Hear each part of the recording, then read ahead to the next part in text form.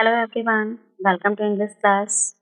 This is Dityanjali Sharma and I am going to teach you from your English book Beehive, poem number first, The Road Not Taken, which is written by a famous American poet, Robert Frost. Before starting the poem, I would like to tell you something about the poem. First, published in 1916. This poem firstly published in 1916. The Road Not Taken shows Frost at his best as a poster who combines rustic simplicity with hidden, indirect and clarity of style and languages. बच्चों ये जो poem है ये सबसे पहले 1916 में publish की गई थी और रॉबर्ट फ्रॉस्ट जो हैं वो एक ऐसे कवि हैं मतलब जो ग्राम के ऊपर लिखते हैं मतलब हमेशा इनकी जो कविताएं रिलेटेड होती हैं वो ग्रामीण क्षेत्र से रिलेटेड होती हैं और हमेशा ही उन्होंने अपनी कविताओं में बहुत ही ज़्यादा साधारणता से और गांव के दृश्य को दिखाया है चाहे वो डायरेक्टली दिखाया हो या बिल्कुल शांति के साथ अपने लैंग्वेज स्टाइल में इन्होंने उस चीज़ को रिफ्लेक्ट किया है So let's start the poem. The road not taken. The poem. First stanza. Two roads diverged in a yellow wood, and sorry, I could not travel both. And be one traveler along I stood, and looked down one as far as I could, to where it bent in the undergrowth. But before discussing the para number first, let's discuss the title of the poem, The Road Not Taken. So basically, the road is the symbol of the choice made by us in life. Many times we regret the choice we make, but what is done once then can't be undone. The road not taken, as in our life we have many choices and we have to select only one. In this poem the writer is showing by this poem that if we have two choices in our life, so how we will face the dilemma to select one choice. इस poem में क्या होता है कि जो एक एक इसमें मैन होता है वो एक फॉरेस्ट में जा रहा होता है तो उसके सामने अचानक से दो रास्ते आते हैं और दोनों रास्ते डिवाइड होते हैं। अब इसमें राइटर ये दिखा रहा है कि कैसे उसने जो है उस मैन ने दोनों रास्तों में से एक रास्ते को सिलेक्ट किया है। सपोज स्टूडेंट जैसे सुबह मॉर्निंग में आपको जो है कि आपकी मदर आपसे पूछती हैं what you have in your breakfast, तो आपकी मदर आपको दो ऑप्शन देती हैं और आपके दोनों ही फेवरेट हैं। तो आपके लिए अब उस टाइम एक डिलेमा फंस जाते हैं कि आप दोनों में से कौन सा ऑप्शन सेलेक्ट करें। बिल्कुल ऐसे ही इस पोएम में होता है कि जो है दिखा रहे हैं कि कैसे राइटर ने दोनों रास्तों में से एक मतलब वो जो मैन है इस पोएम में वो कैसे दोनों रास्तों में से एक रास्ते को सेलेक्ट करता है जो उनके लिए बेस्ट होता है। मैक्सिमम अब इसमें क्या दिखाया गया है कि मैक्सिमम क्या होता है हम लोगों के पास दो रास्ते जो अगर दो ऑप्शन हमारे पास है तो हम वो सेलेक्ट करते हैं जो मैक्सिमम लोगों ने सेलेक्ट किया होता है। बट राइटर यहाँ पर थोड़ा सा क्वाइट एडवेंचरस है तो वो क्या करता है वो पहले ऑप्शन को सेलेक्ट करता है जो कि जो कम लोगों ने चूज किया होता है। तो and as we are discussing the title, so man regrets for what he has denied himself in life. हमेशा क्या होता है मनुष्य उस चीज पर रिग्रेट करते हैं जो चीज को वो मना कर देते हैं मतलब जो ऑप्शन वो चूज नहीं करते हैं rather than what he has chosen. Hence the poet has given his poem the title The Road Not Taken. The word road not only means way, it also means journey or a stage of journey. ये जो poem में word लिया गया है road, road का केवल अर्थ केवल एक मतलब वे से रास्ते से नहीं है। स्टेज से अर्थ है जर्नी मतलब एक यात्रा या स्टेज ऑफ जर्नी की हमारे लाइफ में कैसे जो है जो हमारा जीवन है वो स्वयं में ये क्या है एक जर्नी है। Hence road does the significance are ordinary road but functions a metaphor of our virtual decisions in our life। मतलब हमेशा दिखाया तो इसमें जा रहा है कि जैसे रोड केवल एक रास्ते की बात की जा रही है, बट मेन मैटर क्या है कि यहाँ पर कवि ये दिखाना चाह रहा है कि वो केवल एक रास्ता नहीं है, बल्कि वो हमारे पूरे जीवन का एक यात्रा है, हमारे पूरे जीवन की यात्रा है। So student, I hope you understand very well what is the title of the poem and why Robert Frost selected this title for his poem. So let's start the poem. The road not taken. The first stanza of the poem expresses that the two road diverge in a yellow wood. Yellow wood, wood means forest होता है, और yellow यहाँ पर इस sense में दिखा रहा है कि जैसे फॉरेस्ट क्या है, मतलब पत्तियों का रंग जो है वो पीला हो गया है। इट मीन्स राइटर यहाँ पर इस सीजन को रिफ्लेक्ट कर रहा है, ऑटम सीजन को। ऑटम सीजन में ही सारी पत्तियां जो होती है, लीव्स जो होती हैं, वो येलो हो जाती हैं। तो यहाँ पर वो जिस वुड में गया है, जिस जंगल में है, तो वहाँ पर सारे जो लीव्स हैं वो कैसे हो गए हैं, येलो हो गए हैं। Two road diverged in a yellow would.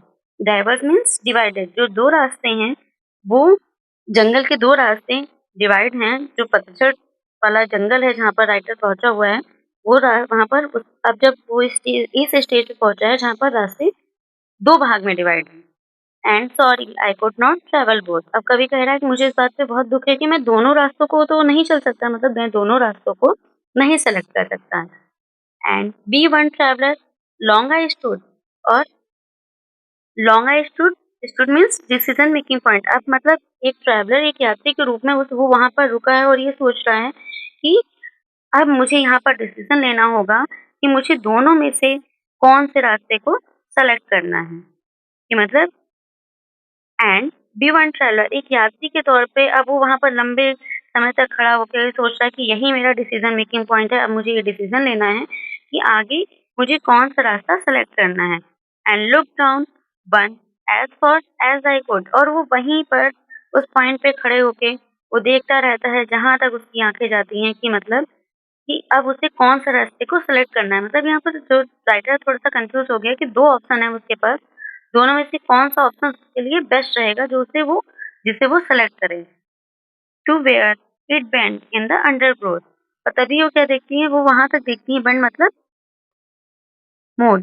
अब वो वहाँ तक देखती रहती है जहाँ तक वो रास्ता मुड़ता नहीं है। मतलब अंडरग्रोथ मीन्स स्मॉल प्लांट्स। मतलब जहाँ पर वो रास्ता जो है छोटी-छोटी झाड़ियों से ढक नहीं रहा है, वहाँ तक जहाँ तक उसकी आँखें जा रही हैं, वहाँ तक वो देख रहा है कि अब दोनों रास्ते में से वो कौन-सा रास्ता सेलेक्ट करे। मतलब उसे एक डिसीज़न लेना है कि 2 रास्तों में से वो कौन-से रास्ते को सेलेक्ट करे। As I have already tell you that this poem is well known in is about making choices। मतलब ये जो पोएम है बहुत अच्छे से इसलिए जानी जा रही है क्योंकि इसमें हमें ये दिखाया जा रहा है कि कैसे हम अपने लाइफ में आए हुए जो डिसीजन, जो ऑप्शन हमें मिलते हैं उनमें से हम कैसे एक ऑप्शन को सेलेक्ट करके कैसे अपना डिसीजन आगे फर्दर करते हैं, मतलब फॉरवर्ड करते हैं। Then took the other. After completing first stanza we came to the next stanza, that is the, so let's start the next stanza. Then took the other just as for, and having perhaps the better claim, because it was grassy and wanted wear. Though as for that the passing there had warned them really about the same. Then took the other just as well। उसके बाद में कभी ये कह रहा है कि वो दूसरा रास्ता जो है वो उसको सेलेक्ट करता है और वो उसे ज़्यादा अच्छा लगता है। जस्ट एज़ फेयर मतलब वो उसे ज़्यादा अच्छा लग रहा है। And having perhaps the better claim. और इस बात पे वो कभी कह रहा है कि अब शायद यही अब जो रास्ता मैंने सेलेक्ट किया है वही बेस्ट होगा। Because it was grassy and wanted wear. क्यों? उसका ये कहना है कि ये उनके लिए बेस्ट होगा क्योंकि वो अभी तक वो ग्रासी है, मतलब उसपे घास उगी हुई है। Wanted wear means less travel. मतलब अगर किसी रास्ते पर से अगर ज़्यादा लोग गुज़र चुके हैं तो वहाँ पर अगर घास है तो वो कुचल चुकी होती है। लेकिन यहाँ पर क्या है, जो wanted wear means less travelled, मतलब ये ऐसा लग रहा है यहाँ पर ग्रासी रोड को बताया है, मतलब अभी यहाँ घास उगी हुई है। तो इसका मतलब है कि उस रोड को कम लोगों ने सेलेक्ट किया है, मतलब उसपे कम लोगों ने ट्रैवल किया है। Here the poet is quite adventurous. Because maximum क्या होता है हमारी लाइफ में कि हम लोग उस ऑप्शन को सेलेक्ट करते हैं जिसे मैक्सिमम लोगों ने चूज किया होता है। As you all are in ninth standard and you have to select your stream. Suppose uh, you have many streams like science, commerce, arts, but you will again and again for that your friend is taking science stream, so you will take science stream. But क्या करना चाहिए हमें? हमें हमेशा उस option को select नहीं करना चाहिए जिसे ज़्यादा लोगों ने चूज़ किया है। हमें उस ऑप्शन को सेलेक्ट करना चाहिए जो हमारे लिए बेस्ट है। तो यहाँ पर देखिए राइटर उस रास्ते को सेलेक्ट कर रहा है जिसे कम लोगों ने चला है, मतलब जिसका यूज़ कम लोगों ने किया है। Though as for that the passing there had warned them really about the same। फिर अब वो कह रहा है कि as for that the passing there, शायद ऐसा ही जो यहाँ से जो लोग बाकी लोग गुज़रे हों वो लोग उन लोगों ने भी ऐसा ही सोचा हो, मतलब इस रास्ते पे घास होगी तो मतलब इस पे कम लोग गुज़रे होंगे। Had warned them really about the same, शायद उन लोगों ने भी यही सोचा हो। मतलब सभी ने सोचा कि चलो ये रास्ता हम सेलेक्ट करते हैं, ये ज़्यादा ही बेस्ट होगा। क्यों? क्योंकि इससे कम लोगों ने चला है। और अभी तक अब ये कैसे पता चल रहा है इसे कम लोगों ने यूज़ किया है? क्यों? क्योंकि अभी तक उसपे घास उगी हुई है। लेकिन ऐसा नहीं है। कह रहा है फिर अब वो थोड़ा-सा डाउटफुल हो रहा है कि शायद ऐसा भी हो सकता है जो और लोग निकले हों यहाँ से, उन लोगों ने भी यही सोचा हो कि इस रास्ते को सेलेक्ट करते हैं। क्यों? क्योंकि ये कम यूज़ हुआ है। बट शायद ऐसा ना हो। तो here we had done our next second stanza. So this is the half part of the poem. Let's start the third stanza.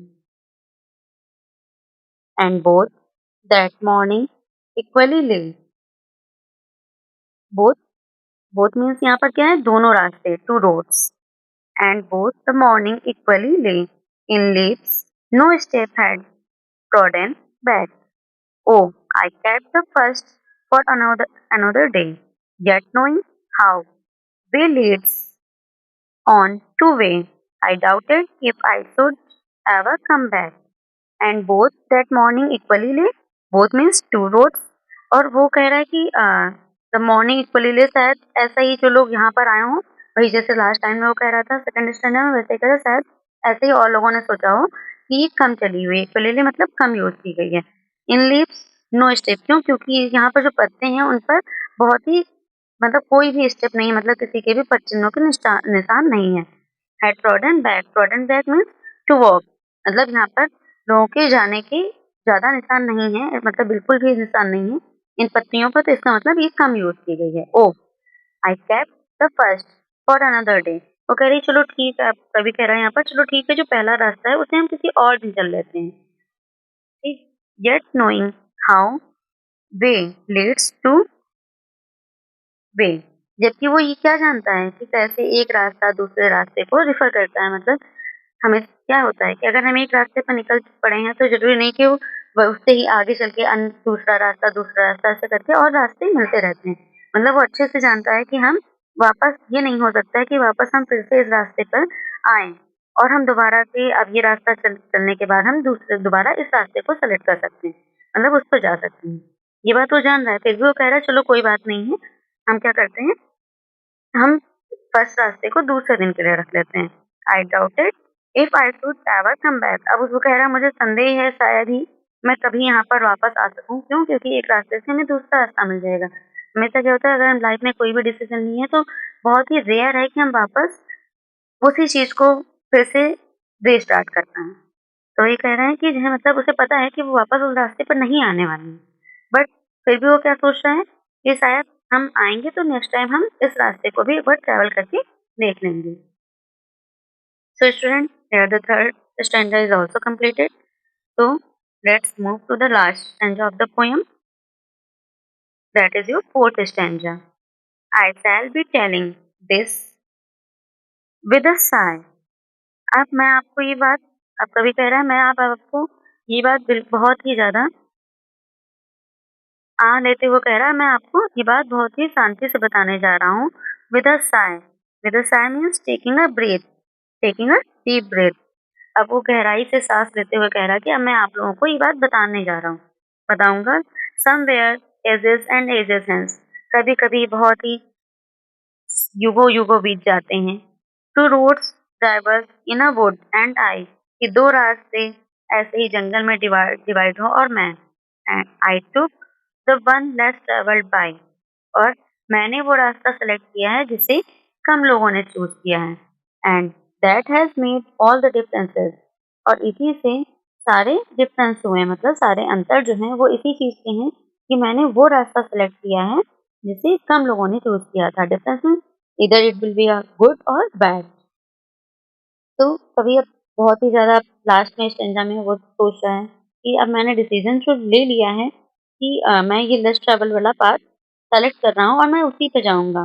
तो शायद युगों लग जाएँ ऐसा ही होने में कि मतलब मेरा वो डिसीज़न अब ये बहुत सालों के बाद जब मैं वापस आऊँगा, तब मैं आपको बता पाऊँगा कि मेरा डिसीज़न जो था कि मैं लेस ट्रैवल वाला पाथ सेलेक्ट करूँ, वो मेरे लिए बेस्ट था या वर्स्ट था। तो अब वो कह रहा है ये बहुत ही ज़्यादा सालों के बाद ये डिसीज़न ये दिखाएगा कि वो अच्छा था मेरे लिए या बुरा था।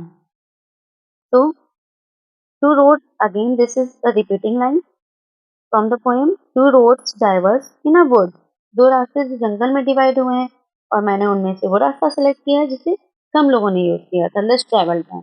तो अब युगों के बाद में जब हमको रिजल्ट मिलेगा तब हम बताएँगे कि ये रास्ता कैसा था।